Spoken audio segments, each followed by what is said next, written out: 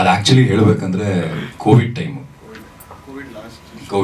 Last second wave ಟೈಮಲ್ಲಿ, third wave, ಆ ಟೈಮಲ್ಲಿ ಎಲ್ರಿಗೂ ಒಂದು ಭಯ ಇತ್ತು ಸರ್. ಅಂದರೆ ಈಗ ಆ ಟೈಮಲ್ಲಿ ಎಲ್ಲರೂ ಹೊರಗೆ ಬರೋದಕ್ಕೆ ಯೋಚನೆ ಮಾಡ್ತಿದ್ವಿ, ಹೇಗೆ ಏನು ಅಂತ.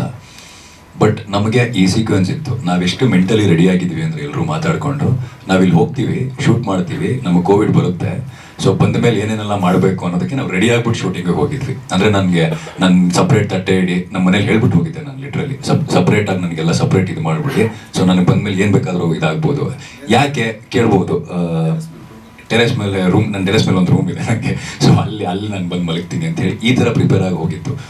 ಆಗಲೇ ಸಂತು ಸರ್ ಒಂದು ಮಾತು ಹೇಳಿದ್ರು ಇಂಟರ್ವ್ಯೂಲಿ, ನಾನು ಹೇಳಿದೆ ಅಂತ. ನಾನು ಎಲ್ಲ ಕಡೆ ಹೋದಲ್ಲಿ ಹೇಳ್ತಾ ಇರ್ತೀನಿ, ಈಗ ಒಂದಿಷ್ಟು ದುಡ್ಡಿದ್ದಾಗ ಅದರಲ್ಲಿ ಒಂದು ಸ್ವಲ್ಪ ದುಡ್ಡು ತಂದು ಸಿನಿಮಾ ಹಾಕಿ ಅದೇನೇ ಆದರೂ ಓಕೆ ಅಂತ ಅನ್ನೋದು ಬೇರೆ. ಬಟ್ ನಮ್ಮ ಹತ್ರ ಒಂದಿಷ್ಟು ರಿಕ್ವೈರ್ಡ್ ರಿಸೋರ್ಸಸ್ ಇದೆ, ಲಿಮಿಟೆಡ್ ರಿಸೋರ್ಸಸ್ ಇದೆ ನಮ್ಮ ಹತ್ರ. ಸೆಟ್ ಹಾಕ್ಕೊಂಡು ಇದು ಮಾಡಿಕೊಂಡು ಆಗಲ್ಲ. ಓಕೆ, ಆ ಆಪ್ಷನ್ ಇದ್ದಾಗ ಏನು ಮಾಡ್ಬೋದು ಬೇರೆ, ಯಾಕಂದರೆ ಸ್ಕ್ರಿಪ್ಟ್ ಡಿಮ್ಯಾಂಡ್ ಮಾಡ್ತಾ ಇದೆ ಅದನ್ನು. ಸ್ಕ್ರಿಪ್ಟ್ ನಾವೇನೋ ಸುಮ್ಮನೆ ಒಂದು ಇಂಪ್ಯಾಕ್ಟ್ ಮಾಡಬೇಕು ಅನ್ನೋದಕ್ಕಿಂತ ಹೆಚ್ಚಾಗಿ ಆ ಸ್ಕ್ರಿಪ್ಟ್ನ ಜರ್ನಿಯಲ್ಲಿ ಅದು ಡಿಮ್ಯಾಂಡ್ ಮಾಡ್ತಾ ಇದೆ. ಅದ್ರ ಜೊತೆಗೆ ಸೆಟ್ ಹಾಕೊಂಡು ಮಾಡೋದಕ್ಕೆ ನಮ್ಮ ಕೈಲಿ ಆಗ್ತಾ ಇಲ್ಲ. ಸೊ ಏನು ಮಾಡ್ಬೋದು, ಸರಿ ಪಬ್ಲಿಕ್ ಟಾಯ್ಲೆಟಲ್ಲಿ ಶೂಟ್ ಮಾಡೋಣ, ಅದು ಒಂದು ರಿಸ್ಕ್ ತೊಗೊಂಡ್ಬಿಡೋಣ. ಯಾಕಂದರೆ ನಾನು ಒಬ್ಬನೇ ಅಂತಲ್ಲ ಸರ್, ಸ್ಕ್ರೀನ್ ಮುಂದೆ ನಾನು ಕಾಣ್ಬೋದು, ಬಟ್ ಸ್ಕ್ರೀನ್ ಹಿಂದೆಗಡೆ ಇವರು ಇದ್ರು, ಕ್ಯಾಮ್ರಾಮನ್ ಇದ್ರು, ಎಲ್ಲ ಟೆಕ್ನಿಷಿಯನ್ಸು ಅಲ್ಲಿದ್ರು. ಅವತ್ತೆಲ್ಲ ಟೆಕ್ನಿಷಿಯನ್ ಸೇರಿ ಯಾಕಂದ್ರೆ ಒಬ್ಬರು ಮಾಡಲ್ಲ, ನಮ್ಮ ಕ್ಯಾಮ್ರಾಮನ್ ಬರಲ್ಲ ಅಂತ ಹೇಳಿದ್ರು ಅದು ಆಗ್ತಿರ್ಲಿಲ್ಲ ಅವತ್ತು. ಸೊ ಯಾರು ಬರಲ್ಲ ಅಂತ ಹೇಳಿದ್ರು ಅದು ಆ ಸೀಕ್ವೆನ್ಸ್ ಆಗ್ತಾ ಇರಲಿಲ್ಲ. ಎಲ್ಲರೂ ಇಲ್ಲ ಮಾಡೋಣ ಅಂತ ಹೇಳಿದ್ದು ಒಂದೇ ಒಂದು ಕಾರಣಕ್ಕೆ, ಸ್ಕ್ರಿಪ್ಟ್ ಮೇಲೆ ಇದ್ದಂಥ ಭರವಸೆ. ಎಲ್ಲರಿಗೂ ಆ ಸ್ಕ್ರಿಪ್ಟ್ ಮೇಲೆ ಮತ್ತು ಆ ಬರವಣಿಗೆ ಮೇಲೆ ಇದ್ದಂಥ ಭರವಸೆ, ಮತ್ತು ನಾವು ಹಿಂದೆ ಶೂಟ್ ಮಾಡ್ಕೊಂಡ್ಬಂದು ರಶಸ್ ನೋಡಿದ್ವಿ. ರಶಸ್ ನೋಡಿದಾಗ ಅದರಲ್ಲಿ ಇದ್ದಂಥ ನಂಬಿಕೆ, ಓಕೆ ಇಲ್ಲ ಬರ್ತಾ ಇದೆ ಈ ಸಿನಿಮಾ, ಏನಾದರೂ ಸರಿ ಮಾಡೋಣ ಅಂತ ಹೇಳಿ ಆ ನಿಟ್ಟಿನಲ್ಲಿ ಹೋಗಿ ಮಾಡ್ಕೊಂಡ್ಬಂದಿದ್ದು. ಇವತ್ತು ಅದು ನಿಮಗೆ ಸ್ಕ್ರೀನ್ ಮೇಲೆ ನನಗೆ ನೋಡುವಾಗ ನಾವು ಅದು ಮಾಡಿದ್ಕು ಸಾರ್ಥಕ ಅಂತ ಅನಿಸ್ತಾ ಇದೆ ಸರ್.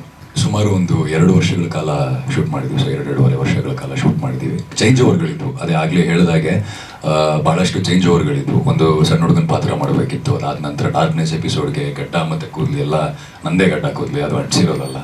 ಸೊ ಅದನ್ನು ಬಿಡೋದಕ್ಕೆ ಟೈಮ್ ಬೇಕಾಗಿತ್ತು. ಮತ್ತು ಕಾಲೇಜ್ ಗೆಟಪ್ ಆಗಬೇಕಾಗಿತ್ತು. ವಾಪಸ್ ನಿಮ್ಮ ಮಧ್ಯದ ಕಾಲೇಜ್ ಎಪಿಸೋಡೆಲ್ಲ ನೋಡಿದ್ರೆ ಡಾರ್ಕ್ನೆಸ್ ಎಪಿಸೋಡ್ ಆದಮೇಲೆ ಮಾಡಿತ್ತು ಸೀಕ್ವೆನ್ಸ್ ಅದು. ಸೊ ಅಲ್ಲಿಗೆ ಇದಾಗಬೇಕಾಗಿತ್ತು. ಸೊ ಹೀಗೆ ಚೇಂಜ್ ಓವರ್ಗಳಿಗೆ ಬಹಳ ಸಮಯ ಬೇಕಿತ್ತು. ಆ್ಯಂಡ್ ಕೆಲವು ಕಡೆ ಲೊಕೇಶನ್ಸ್ಗಳು ನಮಗೆ ಬೇಕಾದಂಥ ಲೊಕೇಶನ್ಸ್ಗಳು ಸಿಗ್ತಾ ಇರಲಿಲ್ಲ. ಸೊ ಹಾಗಾಗಿ ಅದಕ್ಕೋಸ್ಕರ ವೆಯ್ಟ್ ಮಾಡಿ ಅದೇ ಲೊಕೇಶನ್ಗಳಲ್ಲಿ ಶೂಟ್ ಮಾಡಿದ್ದೀವಿ. ಸೊ ಹೀಗಾಗಿ ಒಂದು ಸ್ವಲ್ಪ ಟೈಮ್ ಹಿಡಿತು ಸಿನಿಮಾ. ಸರಿ, ಈ ಸಿನಿಮಾ ಲವ್ ಸ್ಟೋರಿ, ಮೇಲ್ನೋಟಕ್ಕೆ ಒಂದು ಲವ್ ಸ್ಟೋರಿ ಥರ ಕಾಣುತ್ತೆ. ಲವ್ ಸ್ಟೋರಿನ ಖಂಡಿತವಾಗ್ಲೂ love story, but love story ಅಷ್ಟೇನಾ, ಖಂಡಿತವಾಗ್ಲೂ ಅಲ್ಲ. ಇಲ್ಲಿ ಪ್ರೀತಿ ಬಗ್ಗೆ ಮಾತಾಡಕ್ಕೆ ಹೊರಟಿದ್ದೀವಿ. ಪ್ರೀತಿ ಅಂತ ಹೇಳಿದಾಗ ಒಂದು ಗಂಡು ಹೆಣ್ಣಿನ ಮಧ್ಯೆ ಮಾತ್ರ ಇರೋದಿಲ್ಲ. ತಂದೆ ಮಗನ ಬಾಂಧವ್ಯ ಆಗಿರ್ಬೋದು, ತಾಯಿ ಮಗನ ಬಾಂಧವ್ಯ ಆಗಿರ್ಬೋದು, ಸ್ನೇಹಿತರ ಬಾಂಧವ್ಯ ಆಗಿರ್ಬೋದು, ಎಲ್ಲದ್ರ ಬಗ್ಗೆ ಮಾತಾಡ್ತಿದ್ದೀವಿ. ಇಟ್ ಈಸ್ ಒಂದು ಲೈಫ್ನ ಕತೆ, ಒಂದು ಜರ್ನಿಯ ಕತೆ. ನೀವು ಹೇಳಿದಂಥ ಸಿನಿಮಾಗಳು ಎಲ್ಲವೂ ಒಂದು ವಿಷಯದ ಬಗ್ಗೆ ಮಾತಾಡ್ತವೆ. ಇಲ್ಲಿ ಖಂಡಿತವಾಗ್ಲೂ ನಾವು ಒಂದು ವಿಷಯದ ಬಗ್ಗೆ ಮಾತಾಡಿಲ್ಲ, ನಾವಿಲ್ಲಿ ಸಾಕಷ್ಟು ವಿಷಯಗಳ ಬಗ್ಗೆ ಮಾತಾಡಿದ್ದೀವಿ. ಅದಕ್ಕೆ ಟ್ಯಾಗ್ಲೈನ್ ಕೂಡ ನಾವು ಹಾಕಿದ್ದೀವಿ, KTM ರೈಸ್ ಇನ್ ಲವ್ ಅಂತ ಹಾಕೋದಕ್ಕೂ ಒಂದು ಪರ್ಟಿಕ್ಯುಲರ್ ಕಾರಣ ಇದೆ. ನೀವು ಇಡೀ ಸಿನಿಮಾ ನೋಡಿದಾಗ, ಆ ಜರ್ನಿ ನೋಡಿದಾಗ ನಿಮ್ಗೆ ಅನ್ಸುತ್ತೆ ಸರ್. ಜಿ ಕನ್ನಡ ನ್ಯೂಸ್ ಈಗ ನಿಮ್ಮ ಮನೆಯಲ್ಲೇ ನೋಡಿ. ಎಲ್ಲ ಕೇಬಲ್ಗಳಲ್ಲಿ ಈಗ ಲಭ್ಯ. Sun Direct 292, Jio TV 1334, U digital 162, city cable 51, GTPL 17, Abhishek cables 821, rock line telecommunication 51, Shri Basaveshwara number 60, Vinayaka digital number 53, in digital number 896ರಲ್ಲಿ. ನಿಮ್ಮಿಸ್ತದ ಜಿ ಕನ್ನಡ ನ್ಯೂಸ್ ನೋಡಿ ಆನಂದಿಸಿ.